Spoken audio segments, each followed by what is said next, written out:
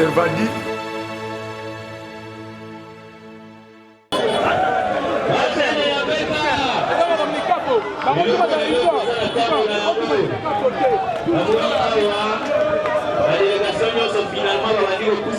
Finalement, donc on a une ambiance activité pour que pour inviter la jeunesse finalement va au bout d'un abisso donc un message pour que bande côté poussana ba groupe amike mike na côté poussana to poussana ba o bazana ba tinel bo bima activité to yene zali awa to sala bloc awa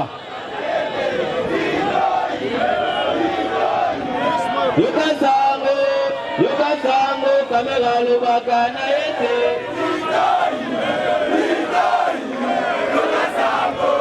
Yokasango kamera lubaka na yete Topusana ouais maître Sengande Balombe topusana na ba peuple Nikela Munayo père de la nation pour ça batunayo père de la nation. Voilà pour ça, tu vas pousser à la Bélénion, c'est quoi attendre ça pour tout. Ouais. Ouais, Baramboka, tu pousses à la bombe. Delta Force, tu pousses à la bombe. C'est un Bambi, tu pousses à la bombe. Marquis Lokondo, pas ton groupe en arrêt, tu pousses à la bombe. Tous les groupes, nous surtout, on a rien à battre. Tu pousses à la bombe. Ouais, Baralim, voilà, tu pousses à la Baralim, voilà.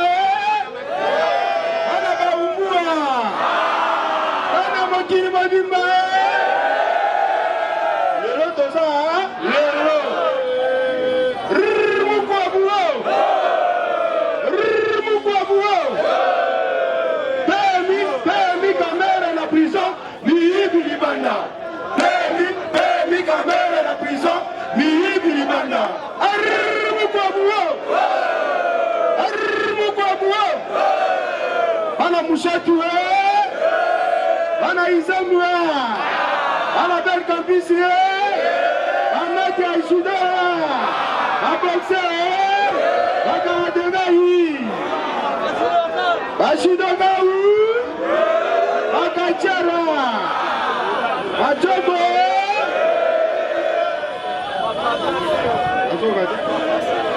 Papa de Saint-Vieux.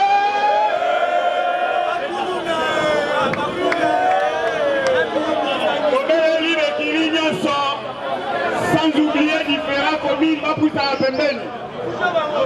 Bana nyosha selemana simazamba va pousser à la pembeni.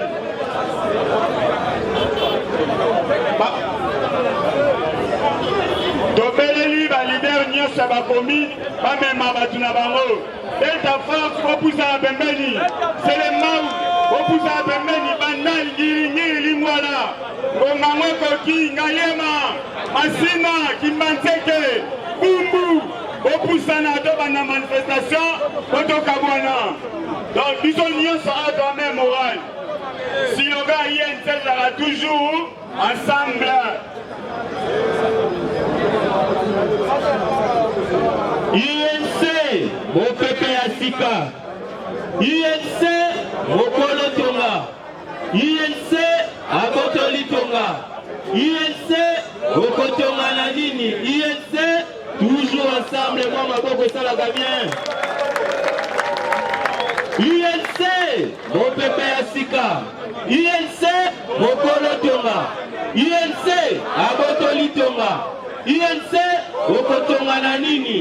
INC, toujours ensemble, Tobeki Maboko. Beka, Bazobanga. Beka, Bazobanga. Vital Kamere, Azobangissa. Vital Kamere, 2023, cache toujours au pouvoir. 2023, cache toujours au pouvoir. 2023, cache toujours au pouvoir. Cache toujours au pouvoir. Cache toujours au pouvoir. La jeune est avec Tolemi. La jeune est avec Tolemi. La jeune avec ceux qui va lobby pour ça. La jeune est avec ceux qui va lobby yaka. La jeune toye le mais c'est beau. La jeune toye le oh il est toye le oh bah oui toye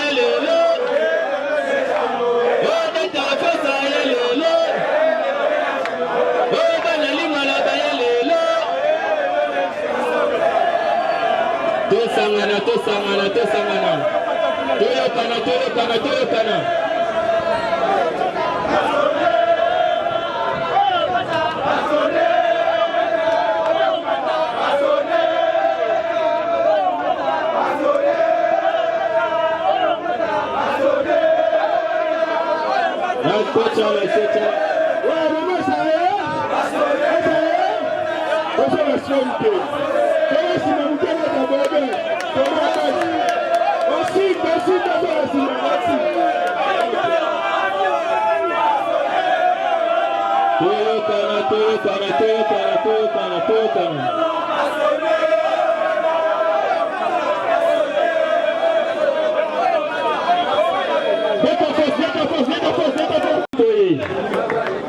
soki depuis bokonzi na biso akota boloko tozalaki kosangana te ezalaki te mpo kamera asili ezalaki mpo tozalaki kotosa bamesure d'urgence oyo mokonzi ya mboka ediktaki boye te awa alobi mokonzi ya mboka alongoli bamesure d'urgence wana yense yango tokutani te yango tokorapele boye awa tozala tranquille tozala calme leader nyonso encadre bato na ye awa toye koyiba eloko ya mutu te toye kobuka eloko ya mutu te toye kofinga mutu te mais toye ensemble na jeunesse ya UMC toloba non na injustice toloba non na condamnation ya lokuta ya moyibi oyo basali contre président na biso honorable Vital Kamerhe tobetela ye mo maboko moke esika azali ayoka biso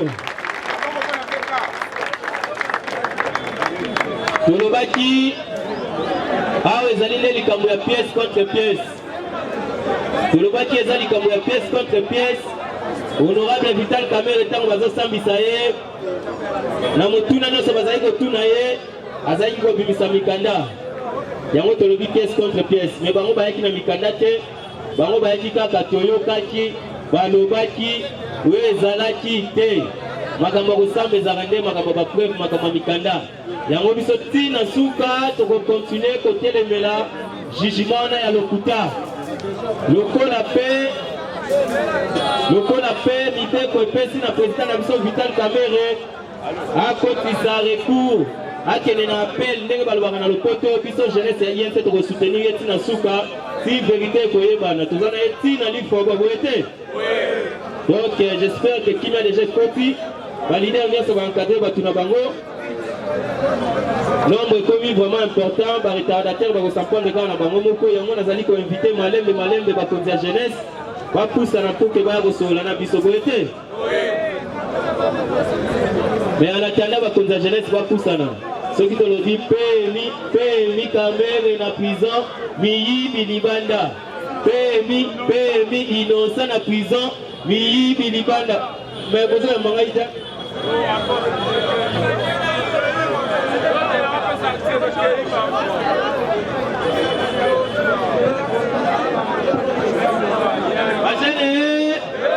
Bajena Kolobi boy PMI Kamerhe na prison miyibi libanda PMI Kamerhe na prison miyibi libanda PMI innocent na prison miyibi libanda PMI innocent na prison miyibi libanda est-ce que ça lokuta boyokaki te basango ba 200 millions boyokaki te est-ce que batona bakangami mais comment mutu oyo asimi mbongo te mundele na lobi ngane na zwaki mbongo pe bandako ezotelema na kachachi na mbujimai boni mutu oyo misala ezali ya komona na kota na prison yango tolobi innocent na prison miyibi libanda donc message tokolanse na bakongolais lelo na bajeune nyonso ezali ke bao baza na prison ezali ba innocent oyo balakisi volontaire kosala quelque chose pour le peuple mais miyibi baza libanda lokola biso tolukaki état de droit tolobi état de droit ezali kaka te condamnation ya bato baza coupable état de droit ezali mpe kolibere bato baza innocent boye te donc Kamerhe na prison miyibi libanda PMI Kamerhe na prison miyibi libanda PMI Kamerhe na prison miyibi libanda bakonzi ya jeunesse bandeko na bino bakolegi na bino barespectaki air baza déjà awa bopusana bopesa message parce que awa eza nde likambo ya pièce contre pièce boye te bakonzi ya jeunesse bopusana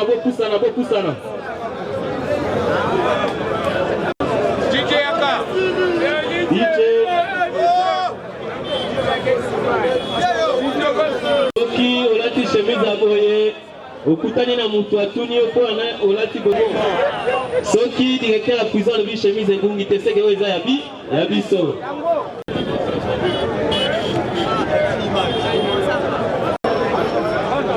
bakonzi ya jeunesse Lou Junior Makelele Lou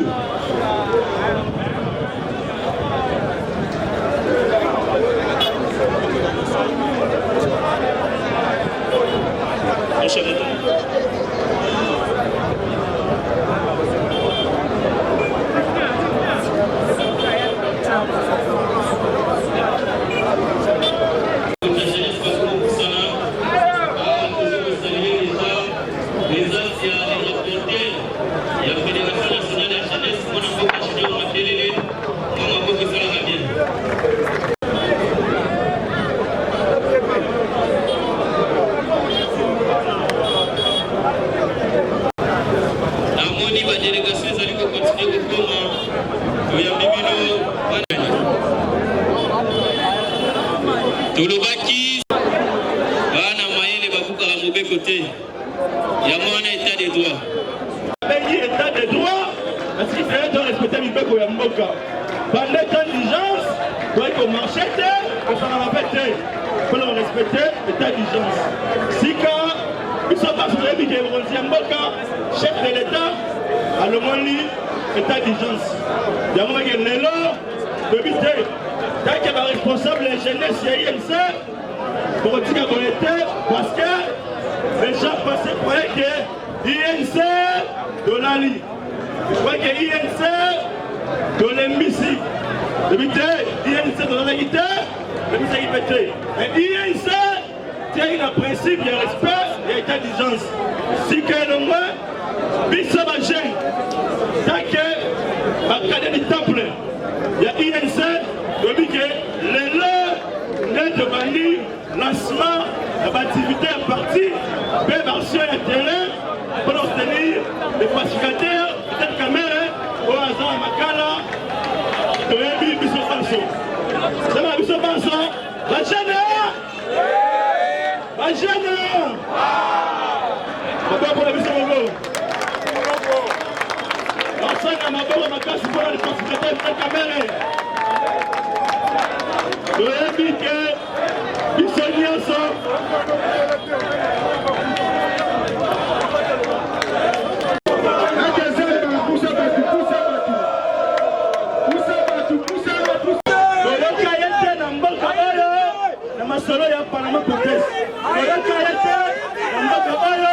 La gestion ma belle dans la président et nationale. Depuis que Moutouana a dit que gérer place de la Gamala Mouimi. Mais là, le manier dans ma cala, la procès. Et puis, la semaine qui puisse bien sur la Kamala, pourtant qui en direct et puis télévisé. De la nuit procès par les Souka. Bison jeunesse de la Bible. De la fière parce que Bison Nyos a dans l'ensemble. De Bunda combat, de Bunda, ils sont pas sur la chaîne, il y a fait qu'à Bajana, le biquet, ils sont innocents, l'histoire est pour vous. L'histoire, ça serait un moté. Les autres, il faut l'histoire changer. La mère, le billet, tout est passé là. Et ça, Marouta a géré dans Mboka Oyo et RDC. Il a géré plusieurs fois. Dans le ministre de la Communication, de niveau à gérant la média et communication. Dans la présidence, parti à l'homme meilleur président de l'Assemblée nationale. Avec gestion Moko, spère alors orthodoxe, le niveau Moko, record Nicolo. Et ça dit que les là, la campagne contre Salah, la Posa Fachi, il y a l'état de droit, ok, les là, donc le là, il y a l'eau. L'état de droit, il a dit que, doit respecter Mibeko. Il a dit que, Moutoussa Sali Mabé, oui, Moutoussa Sali Mabé. Et puis, il faut la démontrer de ma preuve. na droit de vie que ça va faire. Mais là, comment il pose la caméra à condamner la justice, la premier degré, d'une manière injuste. Il y a un bis sur la chaîne hier de l'État. L'État des droits syndicaux, respect principal ça. On ne peut pas condamner un innocent sur base de calculs politiques. Les lois, complot et VK, et il va dans le Mobimba. Il est condamné sans preuve. Comment dire? Pièce contre un, pièce contre un, pièce. Les lois, justice, on condamné par la caméra sans nous démontrer pièce contre pièce que le président Vital est coupable. Le président caméra a détourné. Comment on a détourné? Oui, il y a le gouvernement et que la cause, il y a Jamal. Et pour la dépouille, il y a Jamal. Et que même pour la cause, il y a le président caméra. On va dire, quand il procès avant, avec la main mise d'ailleurs, et comme il y en a, la main mise d'ailleurs, il a aussi mis la cause d'ailleurs. Mais le tournement qui s'est passé la caméra, on nous parlait des fois de 45 millions et 57 millions de dollars. Mais là, le ministère public est capable de nous démontrer vraiment que le pacificateur de la caméra a détourné. Maintenant, on peut même, à ça, ça signe un franc de la Congolais. Mais il y a un piece de chaîne. On donne le message pour dire que le procès est qu'un appel. Appel et rebanda Mokoloya vendredi. Comment dire? Vendredi, il y a un appel la seconde degré. Et puis qu'il y a un jeune ignace à INC. Partout dans le monde, le Congo, de Fumola, Missou. Cette fois-ci, au sein de la chef de l'État, magistrat suprême, et que les droits soient dits. Et que justice maintenant, à l'occasion, il y a commencé à racheter, et puis il y a un commissariat, image, il y a justice, la lignée, il y a état de droit. Justice morale équitable, justice morale apolitique, pour que mon cas est enfoncé. Donc c'est un appel, il y a le vendredi, et que les droits soient dits. Si l'auteur, puis ça va gagner ça, dès qu'il va gagner équitable, on va tirer toutes les conséquences politiques. Après procès et appel. D'ailleurs, le ministre va gagner l'union sur tout ça. Donc à la côté, dans la terre, parti d'Abisso et Zali. Barumbu numéro 3, il y a un enseignement de Zali. Barrenière parti, Nyoso et Zangi. Ma jeune, vous avez la la jeunesse. Donc pour dire que Bissot pense, nous allons déterminer dans le procès vendredi, attention à la justice. Maintenant, les hommes de la justice à se racheter pour leur faire sa image, il y a bien l'état de droit. Comment dire? Caméra est innocent, et moyennement, et puis il a démontré, le ministère public a été capable de me démontrer pièce contre un, pièce contre un, pièce contre un, pièce contre pièce, si le procès est là, le monde a voté, il y aura 20 ans. Le monde a dit que la gêne, nous allons déterminer pour que nous allons la possibilité de caméra, nous allons soutenir la mission totale. Nous sommes mis sur la gêne à INC, nous allons s'y manailler, même on va la caméra. La gêne, la gêne. Dans le but que nous allons déterminer, c'est à moi pour dire, cette fois-ci, j'ai dit INC, de l'ingé justice à solo, de l'ingé acquittement pur et simple, il y a cette caméra. Comment dire? Oui. Et on va passer à le bail pour rapporter un tueur.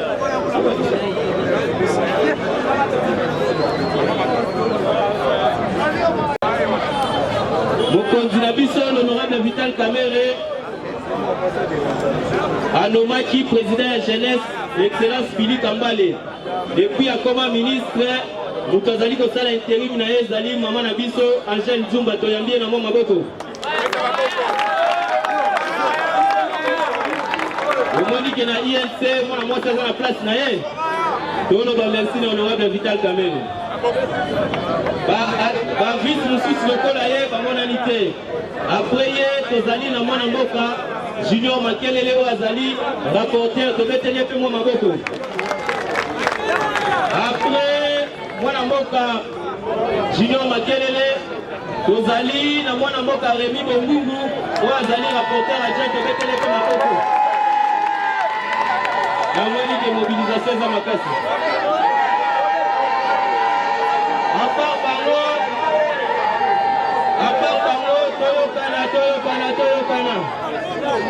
À part bango bakambi mosusu mpe ya jeunesse bazali me baza na mwa retard tokopresente bango bino au fur et à mesure me namoni ke lokola baretardateur bazala toujours na tort il faut tobanda mpo mokonzi ya jeunesse après excellence Billy Kambale mama AGC akomi tobanda te tobanda te bato bakuta mosika topusana INC mopepe ya sika INC mokolo tonga INC akotoli tonga INC okotonga na nini INC toujours ensemble Veta Veta Azobanga Vital Kamere Azobangisa Vital Kamere Azobangisa 2023 grâce toujours au pouvoir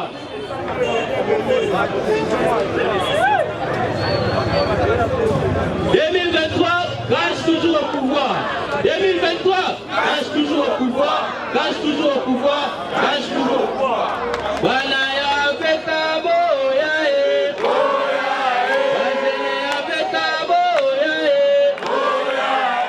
Veta Bengi Solele Boya Koto Sangana Veta Bengi Solele Boya Koto Sangana Bajene ya Veta Bolembi Bajene ya Veta Soki Balo Tolobi boye Oya biso tosali lelo tolingi kosala oyo tobengi yango rappel de tout eza boye te tolingi telisa bino ke oyo eza juste rentrée politique ya bajeune eza boye te tolingi ta kosenga bino boye bozala prêt bozala déterminé bozala engagé mpona kodéfendre état de droit ya solo eza boye te état de droit ezali koloba droit ya solo eza boye te koma tokoki kovanda tomoni bato oyo bapia mboka bato oyo basali makambo mabe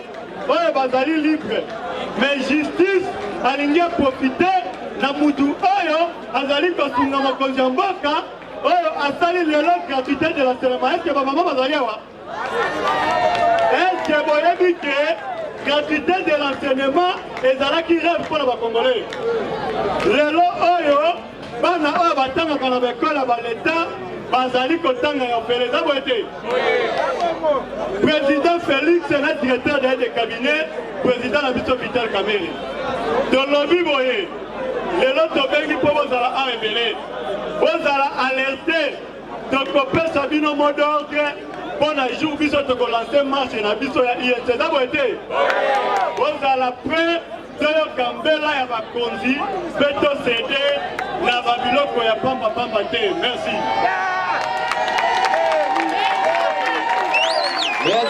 Merci mwana mboka Rémi Bongungu donc ndenge tolobaki tokobenda makambo milai te mwana mboka Rémi alobi akoki kondima te elongo na jeunesse ya parti akoki kondima te biso elongo na jeunesse ya parti ke mutu oyo asungi mokonzi ya mboka mpo tozwa gratuité ya enseignement mpo tozwa bandako ya bapolisier na bamilitaire azala na prison alors ke bato babomi mboka bayebani yango tolobi Innocent Kamere na prison miyibi libanda tokondi beloko wana sikoyo après mwana mboka Rémi Bongungu na kozongisa maloba epai ya rapporteur Junior Makelele yepe aloba avant que topesa maloba epai ya mokonzi na biso mama Angèle Nzumba et rapporteur maloba epai na yo Bajene Bajene Bajene Bajene lelo toza awa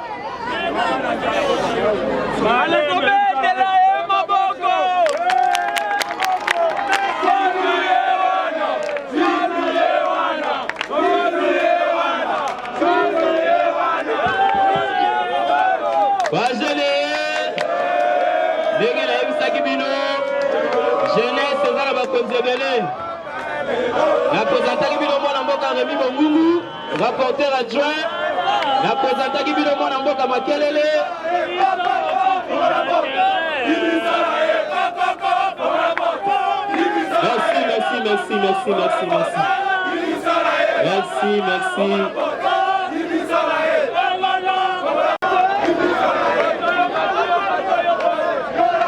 merci toyokana tolobi boye activité na biso ese bandaki tangu mokonzi ya jeunesse mama Angèle akomaki activité ese bandaki me nayebisaki bino ke bakonzi ya jeunesse mosusu baza na nzela naprésentaki bino deja mwana mboka Rémi naprésente bino mwana mboka Makelele naprésente bino présidente na biso mama Angèle mais toyambi mpe notre cadre ya jeunesse mwana mboka Yves Swala auti kokoma na base na ye mwana mboka. Merci.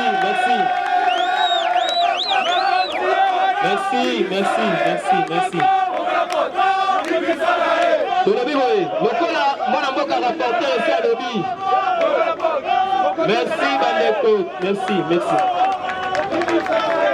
merci lokola tolandaka ordre ya hiérarchie mwana mboka Rémi esi alobaki directement na kopesa maloba pa mwana mboka Yves Swala après tomatie pa mwana mboka Junior Makelele bongo tokei pa présidente Angèle kwa clôturer donc pardon Yves Swala maloba na mboka na yo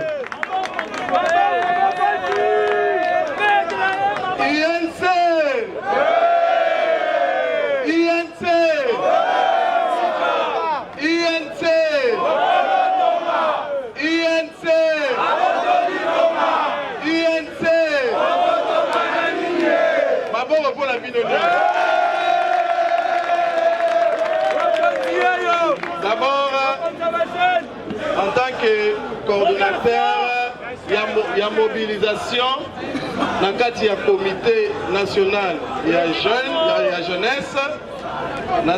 D'abord, merci pour nous massivement l'appel de la jeunesse. Et nous et nous que vous avez un bolingo, un attachement et pas un leader na biso yemoko oyo nga nazobenga bikolo yemeya le président national Vital Kamerhe maboko pona yena et puis il a fait boye que vous avez un attachement pour la partie na biso UNC yango na sengi bino nous merci et là aussi de nous bakaka boye que mobilisation le la jeunesse ya UNC elinge lakisake tozali elinge lakisa nini tozali elinge loba nini tozali ebele bakanisaki tozali ya kolala eboyele bakanisaki ke tozate mais tolipe bisa bongo message moko ke biso mpe tosali nini tozali le bozozonga na bandaku message moko boloba ke tozali tozali ya kolala te toza mpe bayuma te tozali. Donc merci na ndenge boye merci beaucoup l'activité à mobilisation et pour poursuivre et pour continuer na kosenga na bino que à chaque fois il y a activité et c'est un appel que jeunesse ezala bozala boyete maboko pour la bino mboko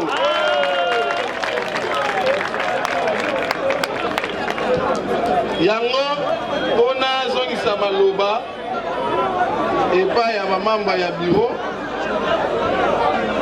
na kosenga ke na suka tozonga mpe na kimia topekisa eloko ya mutu te totika mpe baprovokateur tozalaka meme moral biso tu tozalaka meme moral epuis bosala tu bozonga mpe na esengo boye te le tozozonga biso nyonso na nini na esengo maboko mpo na bino.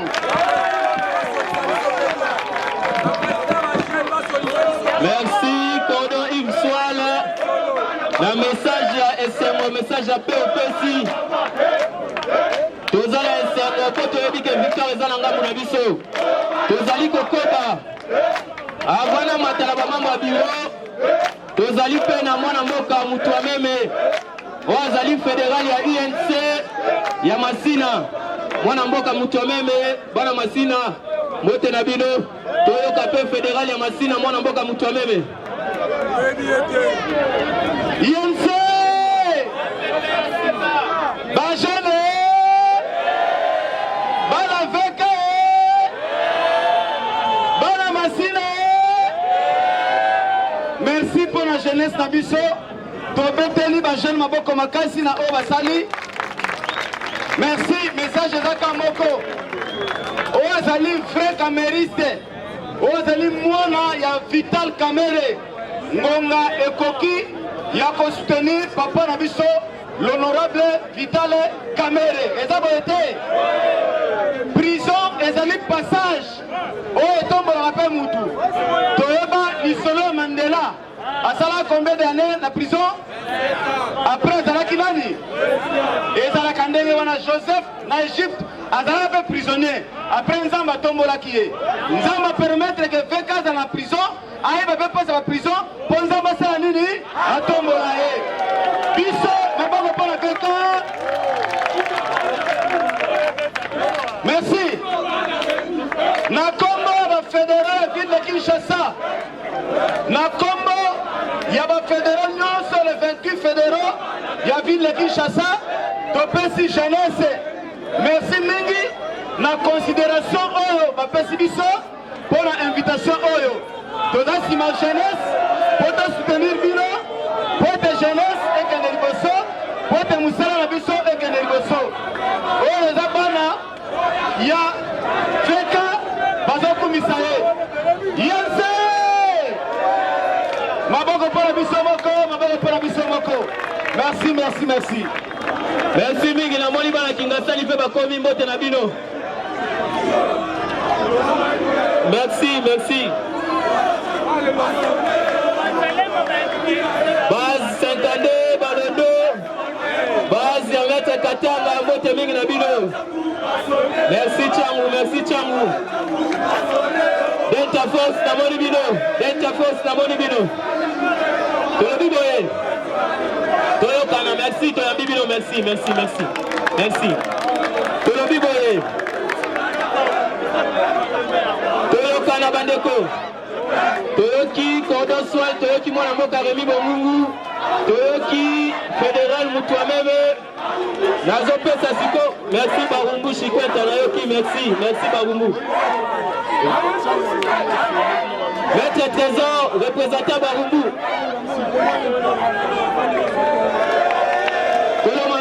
Kolomabele. Maître Trésor, Mwana Barumbu. Barumbu, Yabino Yoyo. Merci, merci, merci.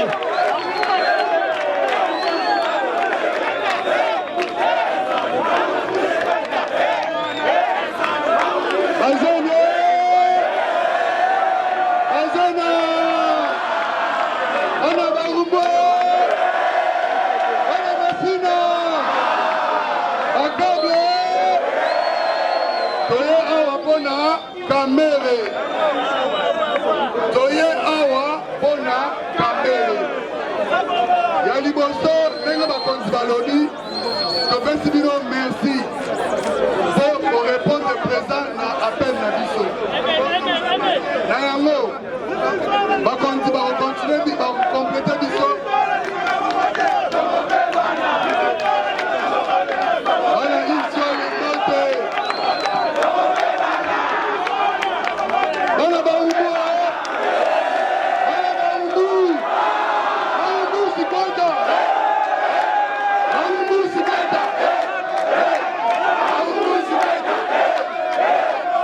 Thank you.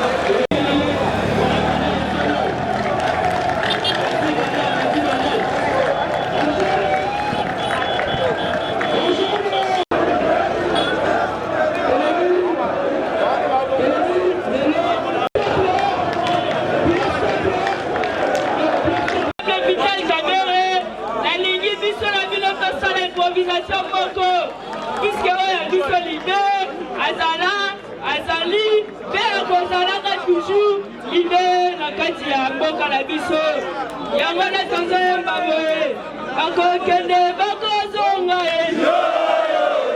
biso kaka na Kamere bakokende bakozonga biso nyonso na Vitale ngai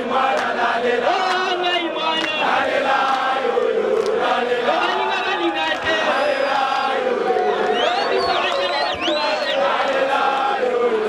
biso tolela Kamere biso tolela Vitale bajene elakisi ke tozali membo toza très soudés déterminés mpona kosoutenir honorable na biso Vitale Kamere. Merci beaucoup.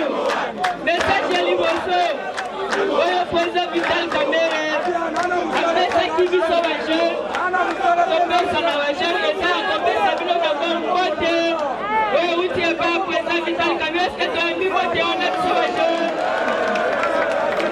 Merci beaucoup. Mpe message ya mibale ezali biso bajeune tozolakisa na président national que nous sommes derrière lui que tozali mobilisés pour que victoire ezalaka na biso. Lelo ezali kaka avant tout mais tozose préparer totolakisa mpe bapoise ke biso mpe tozalaka danger eza boye te yango wana toopesa deja mpela pour ke bozala soutien prochainement tuza tosala manifestation ya makasi epi ekosenga na biso tozala makasi wana opesa suma lobala mokote bajene toyemba nzambu moko oyo message libere libere libere libere libere libere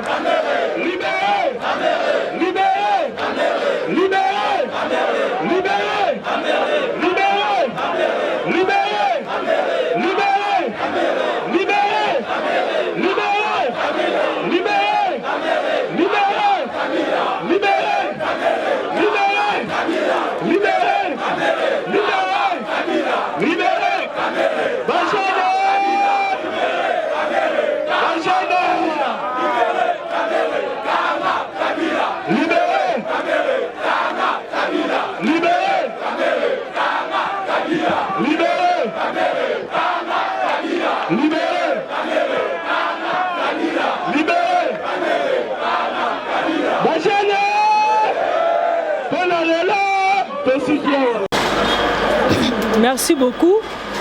Aujourd'hui, pour nous, jeunes de l'Union pour la Nation congolaise, est un jour grandiose et glorieuse pour nous parce que nous célébrons en fait la rentrée politique de la jeunesse de l'Union pour la Nation congolaise qui était centrée sur deux messages. Premièrement, le message du président national aux jeunes, non seulement de l'Union pour la Nation congolaise, mais aussi à la jeunesse tout entière.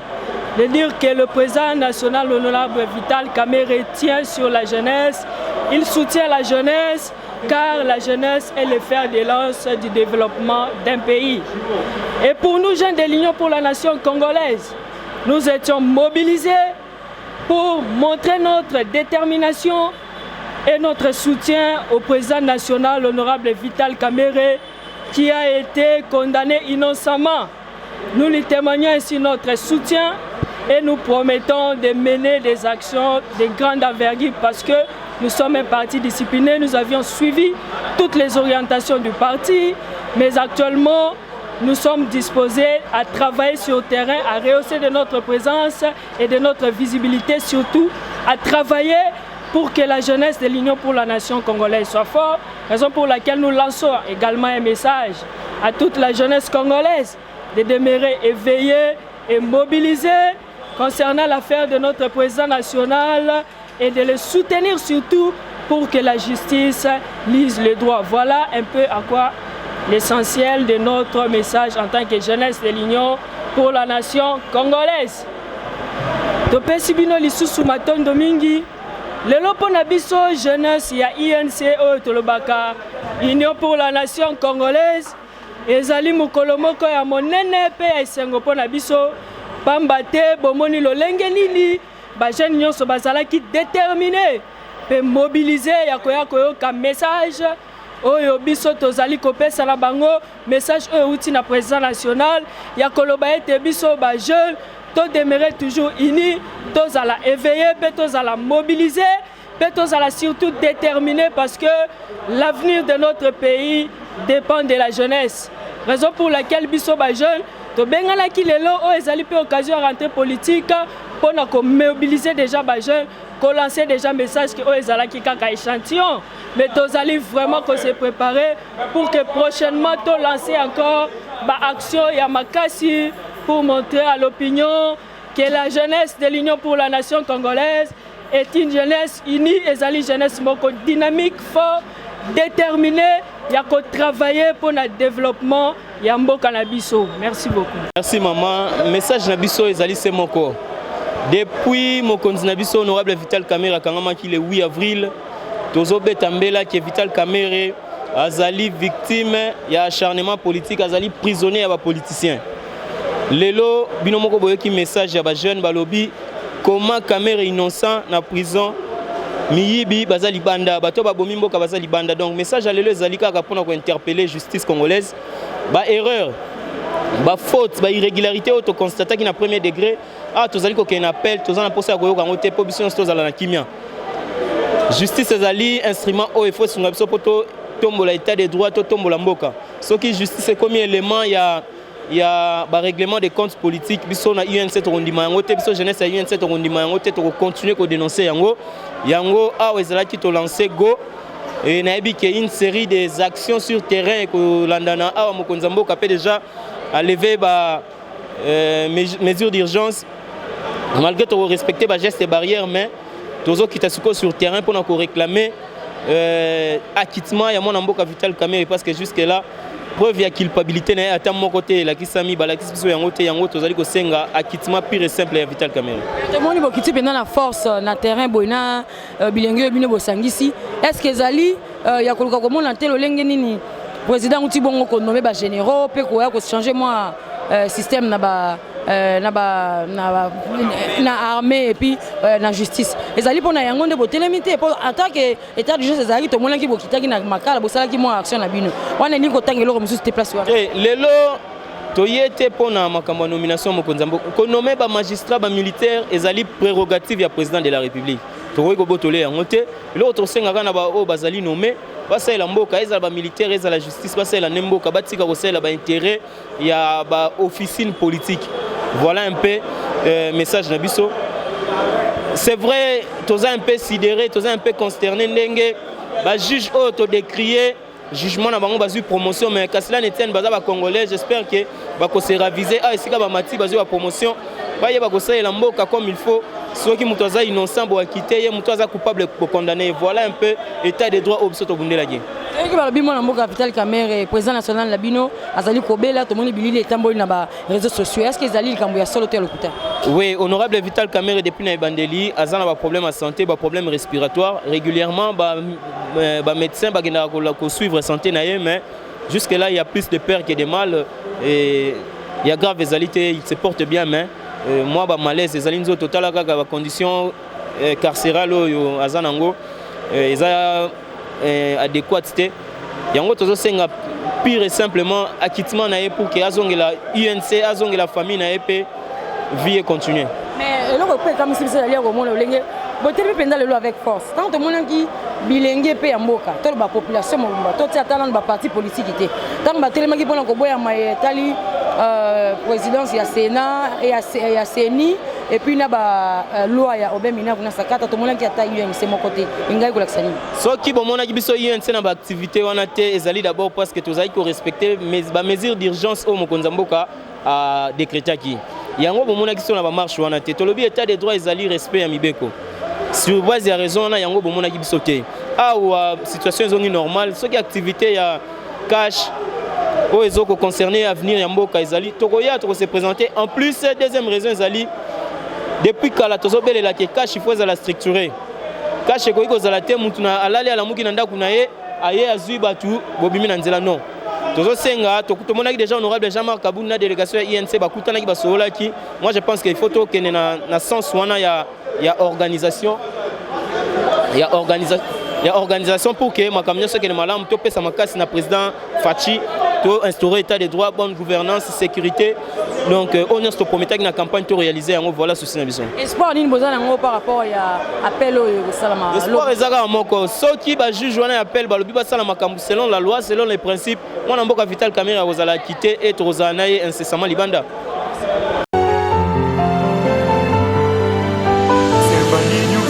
Servani News TV avec Rebecca Pukuta Servani.